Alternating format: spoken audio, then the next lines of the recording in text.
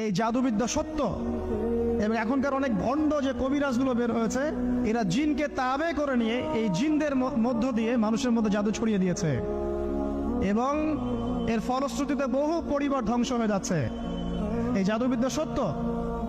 আরো একটা জিনিস সত্য, নবী সাল্লাল্লাহু আলাইহি ওয়াসাল্লাম বলেছেন, ইন্না আইনাল হক, চোখের নজর সত্য। নবী করিম সাল্লাল্লাহু আলাইহি ওয়াসাল্লাম বলেছেন চোখের বদনজর সত্য। এই যে আমরা বলি ফেসবুকে এত বেশি ছবি দিয়েন না ভাই, ছবি তুলেন না, ছবি তুলেন না, বারবার যে বলি নিষেধ করি।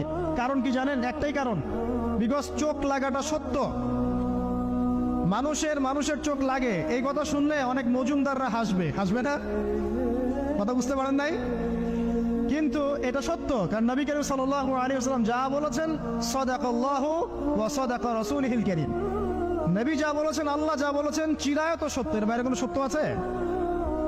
আচ্ছা দেখেন, আমি বললাম যে জাদুবিদ্যা সত্য। এই জাদুবিদ্যার চর্চা মানুষ করে, এখনো করে, এবং এই জাদু দিয়ে মানুষের ক্ষতি করে।